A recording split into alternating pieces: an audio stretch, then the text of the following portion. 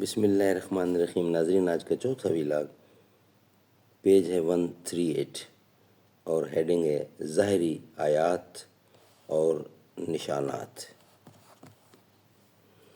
عزیز، اردو زبان میں سرور عالم صلی اللہ علیہ وسلم کی سیرت پر جامع ترین کتاب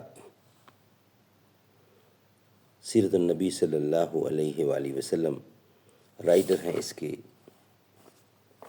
علامہ سید سلیمان ندوی رحمۃ اللہ علیہ، علامہ شبلی نعمانی رحمۃ اللہ علیہ، جلد سوم۔ بسم اللہ الرحمن الرحیم، الحمد للہ رب العالمین والصلاة والسلام علی سید المرسلین وعلی آلہ واصحابہ اجمعین۔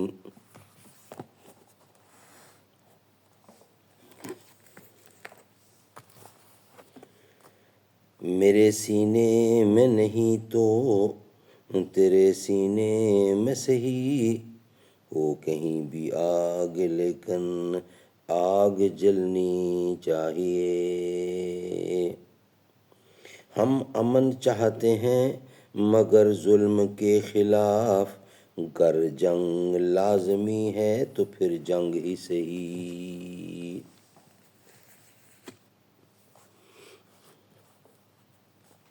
ظاہری آیات اور نشانات، لیکن اس کے معنی یہ نہیں کہ انبیاء ظاہری آیات اور مادی نشانات سے خالی ہوتے ہیں۔ تمام انبیاء کرام کی سیرتیں بیک زبان اس کی تصدیق کرتی ہیں کہ باطنی آیتوں کے ساتھ ان کو ظاہری حصہ بھی ملتا ہے۔ قرآن مجید نے اکثر انبیاء کے سوانح اور واقعات کے ضمن میں ان کے ظاہری آثار و دلائل کو بھی بہ تفصیل بیان کیا ہے، بلکہ کہنا یہ ہے کہ یہ مادی اور ظاہری نشانات نبوت کی اصل حقیقت سے خارج ہیں۔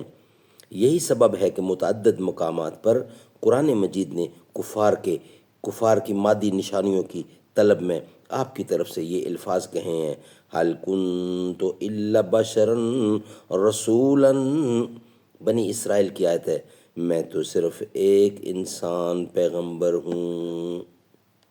سبحان اللہ، سبحان اللہ۔ ناظرین، یہ تھا آج کا چوتھا ویلاگ۔ انشاءاللہ 5ویں ویلاگ کے ساتھ آپ سے ملاقات ہوگی۔